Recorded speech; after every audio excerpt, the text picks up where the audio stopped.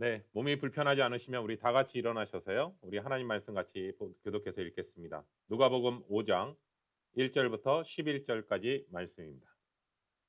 무리가 몰려와서 하나님의 말씀을 들을새 예수는 게네사렛 호숫가에 서서 호숫가에 배 두 척이 있는 것을 보시니 어부들은 배에서 나와서 그물을 씻는지라.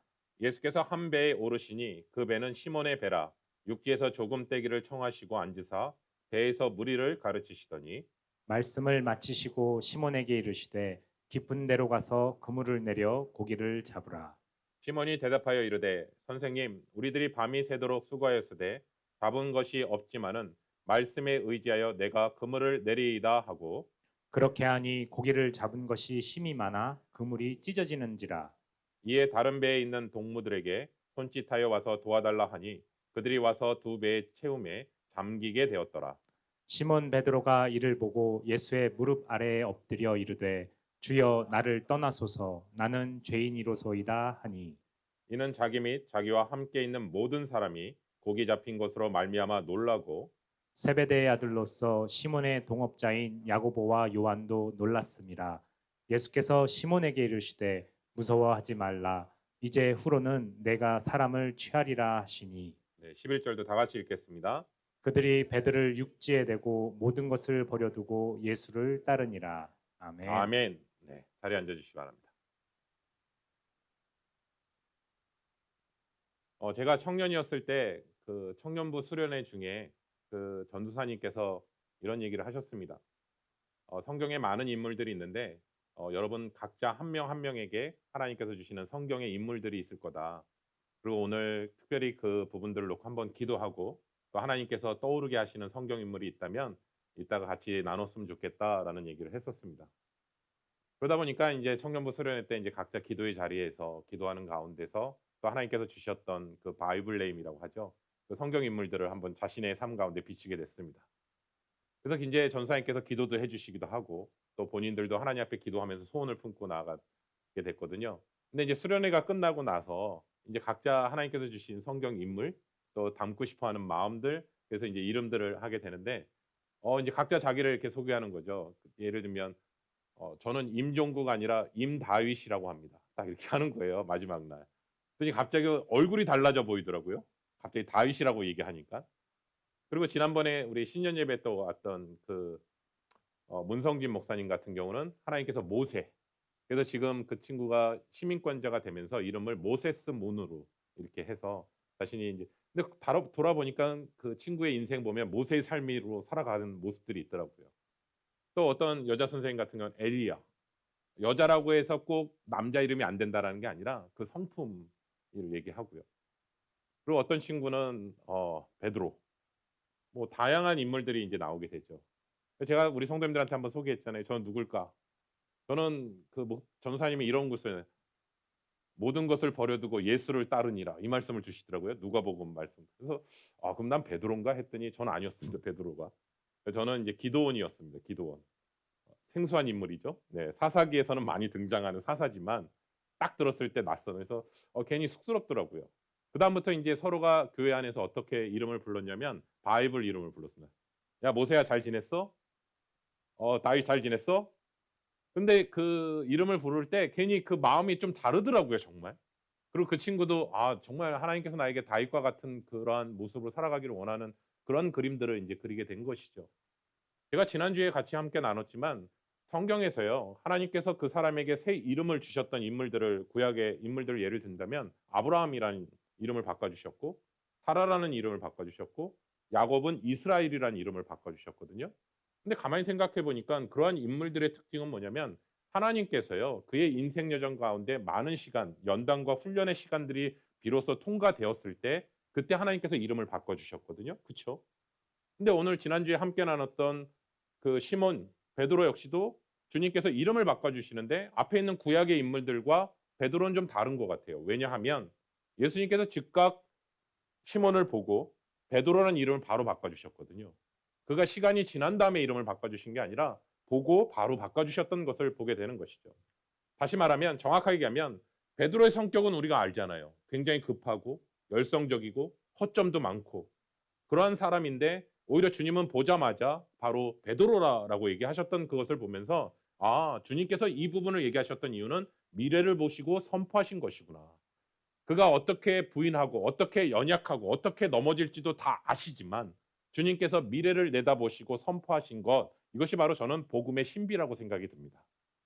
주님은 우리의 과거를 보시고 얘기하시는 게 아니라 이름을 지으신 그 뜻이 과거가 아니라 현재 주님 안에 있을 때 우리 안에 만들어 가실 그 모습을 보고 얘기하신다라는 것을 성경을 통해서 다시 한번 깨닫게 됩니다. 새 이름을 받았던 베드로는 반석, 자신의 그 자격이 있는 것이 아니라 오히려 주님께서 너를 그렇게 만들어 가겠다라고 하시는 하나님의 약속과 강력한 의지 아닐까요? 그런데 이 엄청난 비전을 듣고 어떻게 보면 베드로 같은 경우는 굉장히 충격적인 사건이잖아요. 자신의 이름이 바뀌는 사건이었고. 그러면 우리가 생각하기에 그 자리에서 주님 앞에 무릎을 꿇으면서 주님, 저의 이름을 이렇게 바꿔주시다니요. 주님, 이제는 저는 주님을 위해 따르겠습니다라고 고백하며 나아갈 것 같은데 오히려 조용히 그냥 집으로 돌아오는 장면으로 펼쳐지게 됩니다. 다시 자신의 어부 생활인 비린내가 나는 그 바닷가에서 여전히 어제와 똑같은 삶, 정확하게 얘기할까요? 주님은 베드로라고 얘기하셨는데 정작 자신의 삶의 현재의 모습은 여전히 시몬의 삶으로 돌아가는 모습을 보게 됩니다. 여러분, 우리는 베드로 하면 굉장히 열정적인 것으로 알고 있지만 사실은 그가 더 열정적으로 뜨겁게 하나님을 만난 것처럼 생각하지만 사실은요, 성경을 오늘 보시면 전혀 그렇지 않다라는 것을 보게 됩니다. 분명히 반석이라는 이름이 바뀌었음에도 불구하고 여전히 소극적으로 용기조차 내지 못하고 여전히 그 자리에 머물러 있는 시몬의 삶의 모습을 보면서 마치 이런 모습인 것 같아요. 베드로의 이러한 진짜 모습이 사실은 저와 우리 성도님들의 모습 아닌가요? 하나님의 말씀을 들었음에도 불구하고 여전히 삶의 현장에서 똑같이 마치 말씀을 듣지 않은 삶의 모습처럼 현실 속에서 파묻혀 살아가는 모습, 그 모습이 바로 우리와 똑같은 자화상의 모습이 바로 베드로의 모습이라고 생각합니다. 저는 그런데 여기까지만 만약에 본다면 우리에게 정말 소망이 없는 것 같아요. 그런데 오늘 본문의 말씀에 보시면 그러한 연약한 존재라는 것도 아시고 주님께서 직접 찾아오십니다. 소극적인 베드로는 더 이상 주님을 찾았다는 내용은 없어요. 그런데 지금은 이제 예수님이 찾아오십니다. 여러분, 요 타이밍의 시간을 성경학자들은 처음에 예수님을 만났던 그 베드로와 오늘 본문에 등장하는 베드로의 시간을 성경학자들은 약 1년의 시간이다라고 얘기합니다. 그냥 우리는 한 장 읽으니까 바로 그 다음 날인가라고 생각하지만 아니요. 1년의 시간 동안 이 모습에 서 있는 것이 오늘 본문의 말씀의 배경입니다. 누가복음 5장 1절 다 같이 읽겠습니다. 무리가 몰려와서 하나님의 말씀을 들을새 예수는 게네사렛 호숫가에 서서 아멘. 오늘 1절에 보시면 몰려왔다라고 이제 한글 성경에선 번역하고 있는데요. 이 단어의 헬라어적인 의미는 이겁니다. 아, 단순히 사람들이 많이 모였구나라는 그 뜻보다는 여기서 의미는 이런 뜻이죠. 마치 거대한 파도가 밀려치듯이 그리고 무거운 짐이 완전히 눌려듯이 압도적인 상태를 의미하는 단어가 오늘 몰려들었다라는 단어입니다. 저는 이 구절을 잠깐 체험한 적이 있습니다. 한국에서요, 학교 가는데 지하철을 탔거든요. 근데 그때 때마침 출근 시간이었던 것 같아요. 그래서 이렇게 밀어주는 사람이 있거든요, 지하철에. 근데 완전히 꽉 찬 거예요. 학교는 그 명학역에 있었거든요. 그래서 수원행 기차예요. 근데 이제 타고 가다가 이제 구로역에서 지나서 이제 다음에 내리셔야 될 분이 못 내리는 거예요. 완전히 압축돼 있어서. 그러면서 그분이 이렇게 외치시더라고요. 구로 다음에 정거장이 정확하게 기억이 안 나는데 아무튼 압축돼 있는 상태에서 못 내리시니까 그 시민이 이렇게 외칩니다. 이러다 수원 가겠다. 수원이 종착역이거든요. 그러니까 완전 몸짝달싹 못하고 그래서 저도 학교를 명학역인데 못 내렸어요. 그냥 쭉 가는 거예요. 병학까지 갔나? 병점까지 갔던 것 같아요. 그러니까 이 상태예요, 지금. 주님이 그냥 몰려오는 상황 속에서 주님이 껴서 그냥 끌려가는 상태예요, 지금. 이 상태가. 그럼 왜 이렇게 많은 사람들이 예수님의 말씀을 듣기 위해서요. 그 열심을 가지고 밀려가는 그 상태 속에서 상황이 펼쳐지는 본문의 배경이 오늘 1절의 배경입니다. 그런데 그 상황 속에서 2절 후반부에 읽게 되면 한 베드로, 그 베드로가 그물을 씻고 있는 장면이 펼쳐지게 돼요. 여러분 한번 생각해 보세요. 수천 명의 사람들이 밀려오는 상황의 모습 장면과 아무도 주목하지 않는 배에서 그냥 이제 내려서 그물을 깃고 있는 그 베드로의 모습을 보게 되는 것이죠. 세상 사람은요. 분명히 여기에 있는 사람들을 주목할 겁니다. 와, 이렇게 많이 모인단 말이야? 그런데 주님은요. 주님 앞에 멈춰 서 있는 그 자녀, 그 자녀를 향해 주님은 보고 계실 거라고. 주님은 물론 많은 사람들이 휩쓸리니까 많은 사람도 보셨겠지만 정작 주님의 시선은 베드로를 향해 가고 있었을 거라고 생각합니다. 왜냐하면 숨어 지내고 주님이 선포한 말씀대로 이루어지지 않는 것처럼 숨어 있는 그 한 사람, 그 베드로를 향해서 현장 속으로 찾아가시는 주님의 모습을 오늘 본문 말씀을 통해서 한번 보게 됩니다. 우리 볼까요? 누가복음 5장 5절입니다. 시몬이 대답하여 이르되 선생님 우리들이 밤이 새도록 수고하였으되 잡은 것이 없지만은 말씀에 의지하여 내가 그물을 내리이다 하고. 예, 베드로는 그날 밤새도록 수고했지만 물고기를 한 마리도 못 잡은 실패의 상태에 있었다라는 것을 보게 되거든요. 역설적이게도 오히려 텅 빈 상태가 되었기 때문에 주님이 그 배에 올르실 수 있었던 겁니다. 만약에 그 배에 물고기가 가득 차 있었다면 예수님은 그 자리에 오르실 수 없었겠죠. 우리 인생에도요. 정직하게 고백할까요? 성공하게 되면 모든 게 잘 되잖아요. 그러면 나는 자만해집니다. 다시 말씀드리면 하나님이 들어올 틈이 없습니다. 왜냐? 내 힘으로 다 할 수 있거든요. 컨트롤할 수 있거든요. 근데 반면에 실패하잖아요. 그 처절하게 낮아지고 깎이는 상태가 돼야 주님이 들어오실 공간이 생깁니다. 그리고 또 하나 주목하셔야 돼요. 주님은 기적을 베푸시기 전에 먼저 말씀을 먼저 하십니다. 왜냐하면 상황이 먼저가 아니라 주님의 말씀이 먼저이기 때문에 그렇습니다. 여기서 우리는 소극적이었던 베드로에게 있어서 가장 놀라운 변화를 오늘 말씀 보게 되는데 정말 부족하고 실패하고 모든 것이 무너진 그 상황 속에서 주님이 말씀하신다면 내가 순종하겠다라는 그 마음에 순종에 대한 작은 마음은 담겨져 있었던 것을 보게 됩니다. 여러분 한번 생각해 보세요. 예수님께서 많은 사람이 밀려오는 상황이에요. 근데 그 상황 속에서 지금 베드로의 배를 보시고 배를 띄우라고 얘기하십니다. 그물을 지금 깃고 있다라는 것은 이제 정리하고 집으로 가려는 상황인데 다시 정리해서 배를 띄우라고 얘기하십니다. 또 하나는요. 배를 띄운 상황 속에서 대낮에는 물고기가 잡히지 않습니다.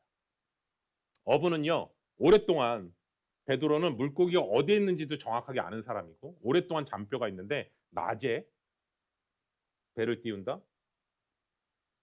또 그다음 충격적인 말을 합니다. 예수님이 뭐라 하냐면 깊은 데로 가라고 하거든요. 근데 밤에는 몰라도 낮에는 낮은 물가에 그나마 조금 물고기가 있어도 깊은 데는 물고기 없습니다. 이게 지금 베드로가 몸으로 자신의 경험과 모든 걸 체득한 상황입니다. 근데 정말 더 결정적인 거. 제가 베드로는 MBTI로 얘기하면 E가 아니에요. I예요, 사실은요. 굉장히 내향적이에요. 그런데 지금 여기에 수천 명의 사람들 앞에서 하는 행동이에요. 이해되시나요, 여러분? 그냥 예수님과 1대1이면 아이 게다가 안 잡히면 에이, 그런가 보다라고 할 수 있지만 여기 수천 명이 보는 상황. 그리고 또 예수님 공교롭게도 수천 명에게 말씀을 선포하신 거예요, 사실은. 베드로 배에 앉으셔서 얘기하시는 거예요, 말씀으로. 근데 무슨 내용을 설교를 하셨을까? 이거는 나와 있진 않아요. 근데 상상한다면 이거였을 것 같아요. 하나님의 말씀에 순종할 때 실제적으로 어떻게 역사하는지에 대한 얘기를 하시지 않았을까? 왜냐하면 말씀을 마치시고 나서 베드로에게 가서 뭐라냐면 깊은 데로 가서 그물을 내리라라고 얘기하거든요. 그러면 이 장면 속에서 본인이 얼마나 창피할까요? 여러분 우리가 수많은 사람 앞에 섰을 때 이렇게 한다면 정말 어렵거든요. 제가 가끔 악몽을 꿀 때가 있는데 언제냐면 어떤 큰 교회 가서 설교를 하는데 제가 거기를 서 있는 거예요. 근데 설교 원고가 없어요. 그러면 식은땀을 흘리고 깨거든요. 지금 우리 귀한 성도님들 앞에 서니까 제가 자연스럽지만 생각해 보세요. 수많은 사람들이 쫙 보는 앞에서 딱 섰을 때 얼마나 긴장되겠어요? 근데 베드로가 이 상황 속에서 얘기하는 거죠. 내가 밤이 맞도록 수고하였지만 솔직히 인정하는 것이 최선을 다했지만 못 잡았습니다. 그런데 주님의 말씀에 의지하여 그물을 내리이다. 이게 시몬의 인생을 완전히 바뀌는 터닝 포인트의 사건입니다. 저는 지난주에 예수님이 이름을 불러주신 사건도 물론은 베드로에게 있어 큰 의미의 사건이지만 실제적인 베드로가 실제적으로 변화된 가장 강력한 사건이 이 부분입니다. 여러분 그때 들려왔던 오늘 이 말씀이 그냥 2000년 전에 베드로에게 주셨던 말씀이구나라고 생각하지 마시고 사실은 베드로에게 주셨던 이 말씀은요. 하나님께서 막 엄청난 성경 구절을 막 얘기하시면서 얘기했던 내용이 아니라 베드로의 일상의 자신의 삶 가운데 직접 얘기하신 말씀이라고요. 그렇지 않나요? 내용이 하나도 어려운 게 하나도 없어요. 깊은 데로 가서 그물을 내려라. 그래서 저는 이 말씀을 보면서 오늘 이 자리에 계신 우리 귀한 성도님들에게도 여러분 각자의 생업에 관련된 하나님께서 직접 말씀하신다라고 저는 믿습니다. 그냥 막연하게 난 믿음 좋아질래요. 아니요. 여러분의 실제 현장에서 주님께서 여러분에게 찾아가셔서 말씀하시는 것을 보게 됩니다. 그런데 중요한 것이 하나 있어요. 나의 고집이 아니라 나의 생각이 아니라 그것을 내려놓는 거예요. 그게 첫 번째예요. 베드로는 그 마음을 먼저 얘기한 거예요. 밤이 맞도록 수고하였지만 주의 말씀에 의지하여 그물을 내리이다. 그래서 우리의 삶의 현장 가운데 중요한 것은 주님의 말씀에 의지하여 그물을 내리이다. 거기서부터 하나님의 역사는 시작됩니다. 볼까요? 누가복음 5장 6절부터 7절 시작. 그렇게 하니 고기를 잡은 것이 심이 많아 그물이 찢어지는지라.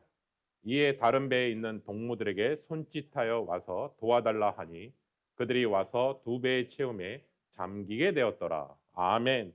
여러분 저는 이 구절 가운데서 특별히 6절 말씀에 그 말씀이 굉장히 한 구절이 주목하게 됐어요. 그게 뭐냐면 그렇게 하니. 여러분 이 구절을 읽을 때 이런 생각 드세요? 진짜 베드로가 대단한 결심했구나. 굉장한 결단을 했구나라고 하는데 아니요. 그거 아닙니다. 그렇게 하니 하니까 베드로가 뭔가 결과를 만들어낸 것처럼 생각하는데 정확하게일까요? 그의 인생에 찾아오신 분은 주님이십니다. 그리고 주님께서 설득하신 거죠. 그 주님께서 베드로의 마음을 터치하신 거죠. 그리고 순종할 수밖에 없도록 은혜의 결과인 것이죠. 주님이 먼저 손을 내밀어 주셨기 때문에 가능했던 고백이죠. 그 결과를 한번 볼까요? 베드로 인생 가운데 수많은 어부 생활하는 가운데 또 많은 어부자들이 했던 모습들 가운데 상상할 수 없는 일들이 오늘 본문 말씀 가운데 펼쳐지게 되는데 어떤 단어를 표현하냐면 그물이 찢어지는지라라는 단어를 사용했거든요. 근데 제가 이 단어를 자꾸 한국말 성경을 읽다 보면 이게 찢어지나 보다 지금 난리가 났나 보다라고 생각하는데 미완료 시제에서요. 완전히 찢어져서 고기를 놓쳤다라는 의미가 아니라 너무 무거워서 막 찢어지려고 하는 긴박한 상태예요. 이해되시나요? 그 상태가 됐기 때문에 옆에 있는 어부들에게 불러서 빨리 배에 가져오라고 해서 그것을 빨리 옮겨 담는 그 과정 속에 다는 거예요. 그러면 이것을 통해서 보면 나의 계산과 나의 상식을 내려놓았을 때 하나님께서 그 가운데서 역사하시는 것은 나의 낡은 그물이 감당할 수조차 없는 하나님의 풍성한 은혜가 임한다라는 사실을 오늘 말씀을 통해서 다시 한번 나오는 것이죠. 우리가 너무나 빈 그릇이고 작은 그릇이다 할지라도 거기에 하나님께서 부어주시는 은혜가 내 그릇에서는 감당할 수 없는 그 은혜를 부어주시는 그 사건을 오늘 본문 말씀 가운데 얘기하는 것이죠. 우리의 배를 채우는 것으로 끝나는 것이 아니라 하나님의 전적인 공급하심에 대해서 오늘 성경 가운데 얘기합니다. 사랑하는 성도 여러분, 저는 오늘 말씀을 준비하면서 여기에서 잠깐 멈췄습니다. 그러면서 이런 고백을 하게 됐습니다. 사랑하는 성도 여러분, 하나님 저와 우리 귀한 성도님들에게도 이러한 기적의 은혜를 체험하기를 소원합니다. 예. 또 어떤 분도 혹시 이런 생각 하시나요? 이광재 목사 굉장히 또 세속적이네. 아주 기복신앙이네. 그동안 안 그런 줄 알았더니 이러시는 분이 혹시 계시나요? 예. 하지만 여러분 오늘 본문의 사건은요 결코 세속적인 복이 아닙니다. 여러분 만약에 이 기적을 체험하고 베드로가 자신의 주머니를 위해서 세속적인 것을 채우기 위해서 그랬다면 아마 베드로는 이렇게 고백했을 거예요. 주님, 아니요 대단하십니다. 제가 이 많은 고기들을요 지금 시장에 팔게 되면 주님 이제 이렇게 바닷가 오실 필요 없습니다. 제가 회당 하나 지어드리겠습니다. 왜 이렇게 힘들게 사역하세요? 보니까 주님 공중에 사는 새도 여우도 굴이 있다고 하는데 주님 집도 없으시더라고요. 제가 집 한 채 해 드릴게요. 아유 주님. 그런데 주님 아시죠? 그렇게 하려면 고기가 계속 많이 잡혀야 되거든요. 오늘 한번 대박 치셨으니까 내일도 그리고 다음 주에도 한번 이렇게 해 주시지 않겠습니까? 주님은 나와 영원한 파트너. 어때요? 이게 세속적인 거라고요. 많은 무리들이 예수님을 쫓았던 이유가 이거라고요. 나의 필요를 채우기 위해서. 나의 필요가 채워지는 순간 다 떠났다고요. 그 내 생각과 맞지 않으면 다 떠났다고요. 주님의 이용하는 거죠. 주님을 통해서 내가 성공하고 싶은 것이죠. 하나님 이렇게만 해 주시면 내가 이렇게 하겠습니다라는 것도 교묘한 거죠, 사실은. 그런데 오늘 본문에 보시면 이 기적을 통해서 자신의 욕심을 채웠던 게 아니라 하나님의 살아계심을 강력하게 체험하는 통로이자 하나님의 거룩한 신호탄이었던 것이죠. 만약 성경이 여기서 멈췄다면 오해할 수 있겠죠. 그러나 성경은 여기서 멈추지 않습니다. 빈배를 채우셨던 이유는 베드로 하여금 부자가 되기 위해서 하셨던 것이 아니라 그 놀라운 기적을 통해서 그의 시선에 평생 봤던 시선 물고기에서 주님께로 옮겨지는 사건이에요. 왜냐하면 그 찢어지는 그 상황 속에서 고기를 보지 않고요. 베드로가요. 기적의 주인이신 예수 그리스도 발 앞에 엎드립니다. 그리고 베드로는 뭐라고 하냐면 이제는 더 이상 이 수많은 무리 중에 한 사람이 아닌 제자로서 나갑니다. 진정한 기적은 내 소원이 이루어지는 것이 아니라 내가 주님의 소유가 되는 것입니다. 저는 오늘 설교 제목을 이렇게 했습니다. 무리에서 제자로. 그러면 무리의 신앙과 제자의 신앙에 있어서 결정적인 차이가 뭔가? 오늘 말씀 가운데서 세 가지 포인트를 얘기합니다. 볼까요? 누가복음 5장 8절입니다.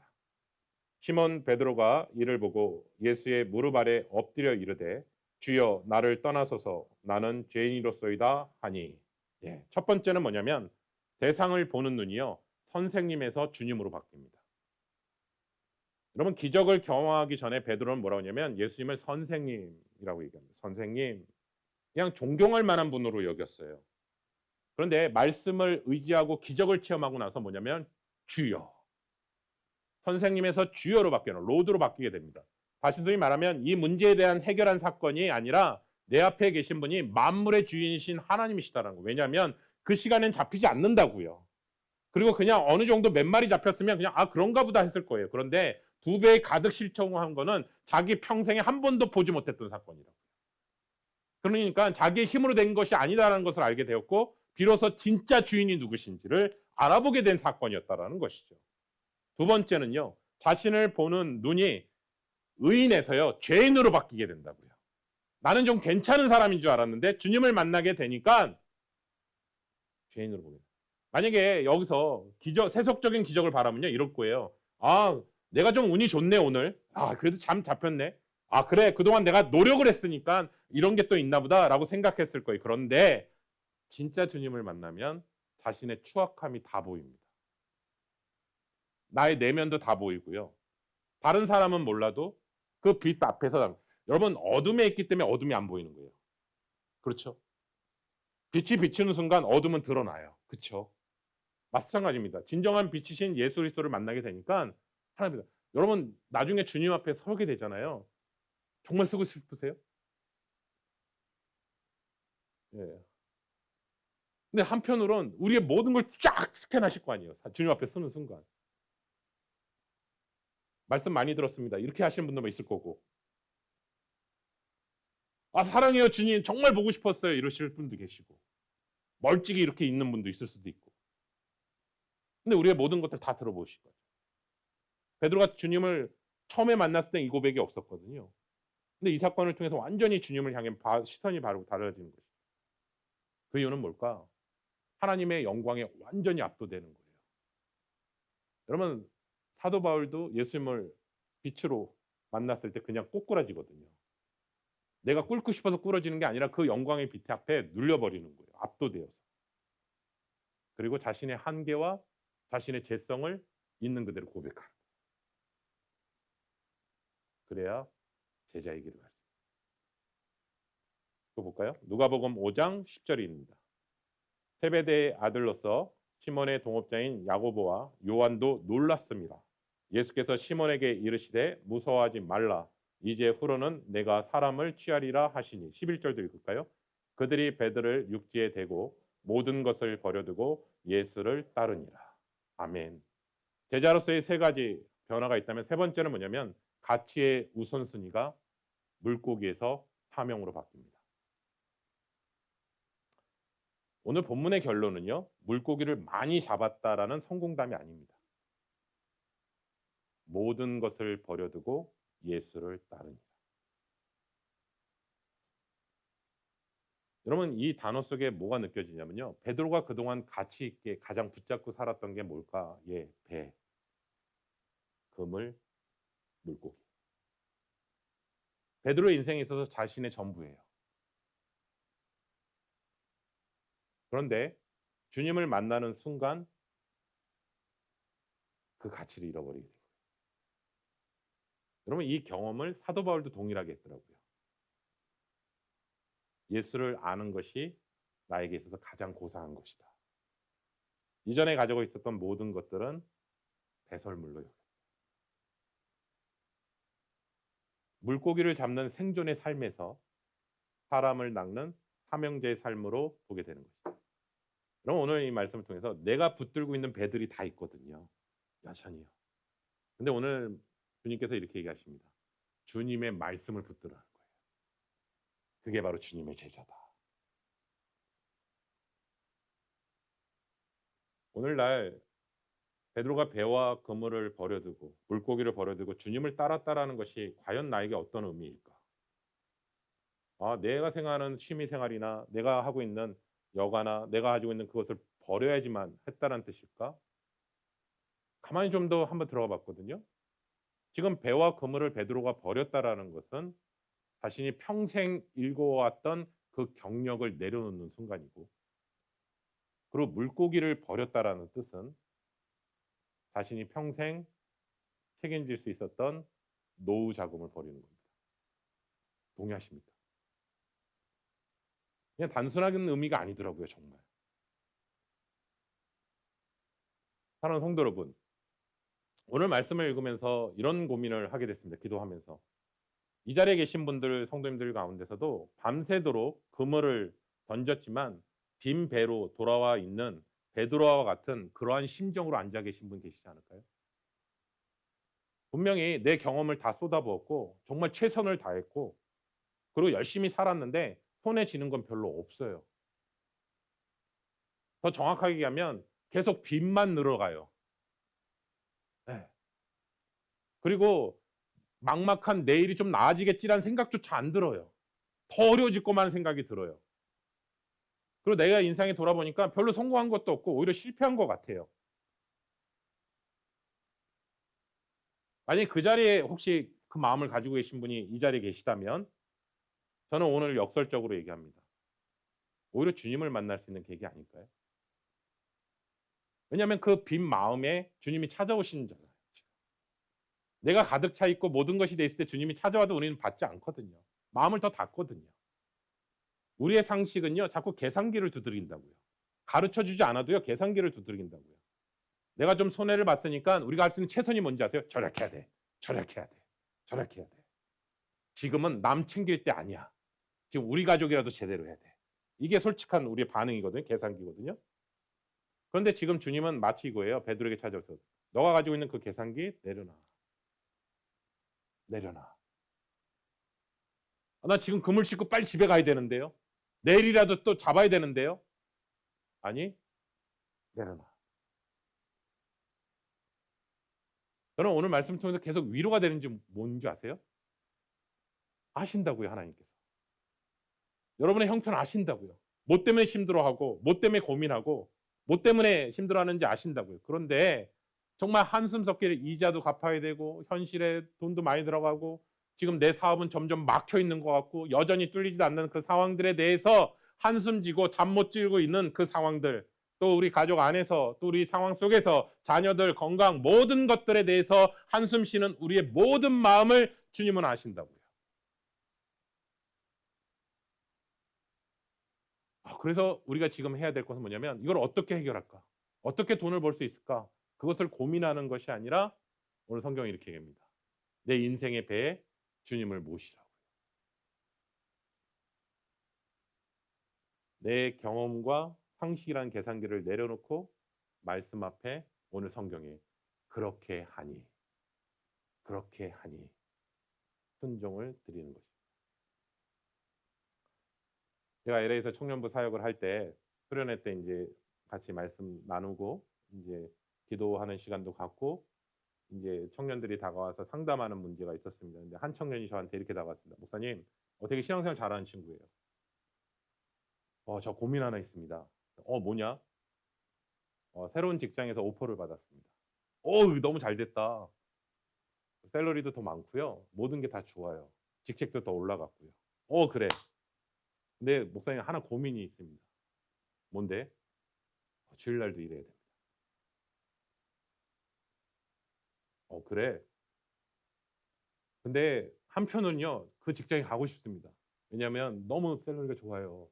대우도 좋고요. 그리고 그 다음을 갈 수도 있을 것 같아요. 더. 근데 한편으로는요, 불편해요. 내가 이렇게 가는 게 맞는지 불편해요. 청년들이 뭐라 그러든 청년들이 그랬대요. 야, 한 번만 가만 놓은. 지금 잡는 거야, 기회야. 그래.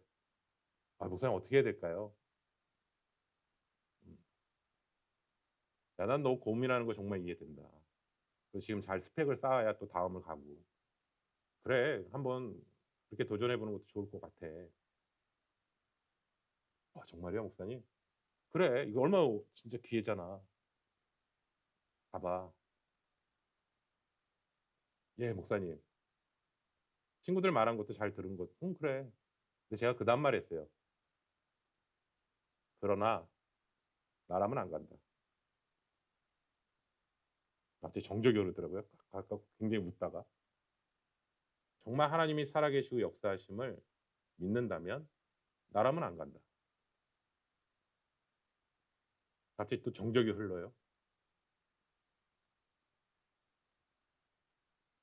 주님의 말씀에 의지하여. 너의 마음에 그러한 마음을 부담감을 주셨다면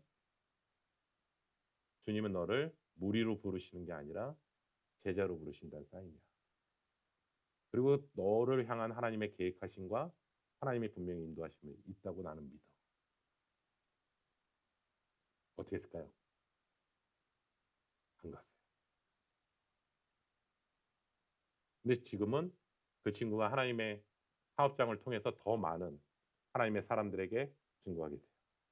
처음에 비방했던 야 가야지 바보야 교회가 뭐 대수야 막 이렇게 얘기했던 친구들도 있었는데 오히려 그 친구들이 교회를 다니기 시작하고 오히려 그 사업이 더욱더 하나님을 알리는 귀한 하나님의 사업장이 됐던 것을 보게 됩니다. 근데 갑자기 그게 떠오르더라고요, 오늘 말씀은. 근데 마치 그거 같아요. 오늘 저에게 주님이 일이 힘들고요. 이런 상황이어서 안 되고요. 뭐가 이렇게 안 되고요. 막 이래요. 그러면 주님이 또 이러거든요. 그래. 광재야 너무 힘들지? 그래. 이해해. 너 마음. 근데 오늘 말씀 보니까 이런 음성이 들리는 거야.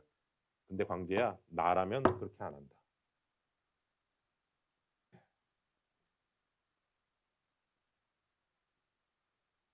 이 음성이 저한테 정직하게 들리더라고요. 아니 다른 교회도 이렇게 하고요. 목사님들도 다 이렇게 하는데요. 그래. 맞아. 광재야, 나라면 그렇게는 안 한다. 오늘 말씀 가운데 이 부분이 우리에게 주시는 부분이 아닐까. 눈앞에 보이는 상황이 어렵고 힘들어도 주님이 말씀하기에 저에게 말씀하셨기에 그 말씀 앞에서도 주님 앞에 구별해서 나아가겠습니다. 주님의 공급하심을 신뢰합니다. 그 마음으로 나아갈 때 하나님의 기적이 시작될 줄로 믿습니다. 사랑하는 성도 여러분, 오늘 말씀의 제목이 참 무겁습니다. 근데 저는 한편은 이런 위로가 되더라고요. 하나님께서 우리 귀한 성도님들 한 분 한 분, 오늘 이 자리에 계신 분들을 무리로 부르시는 게 아니라 제자로 부르시는 거구나. 더 이상 무리의 자리에 머물러 있는 것이 아니라 주님의 제자로 나아가시는 저와 우리 귀한 성도 여러분 되시기를 예수 그리스도의 이름으로 축원합니다.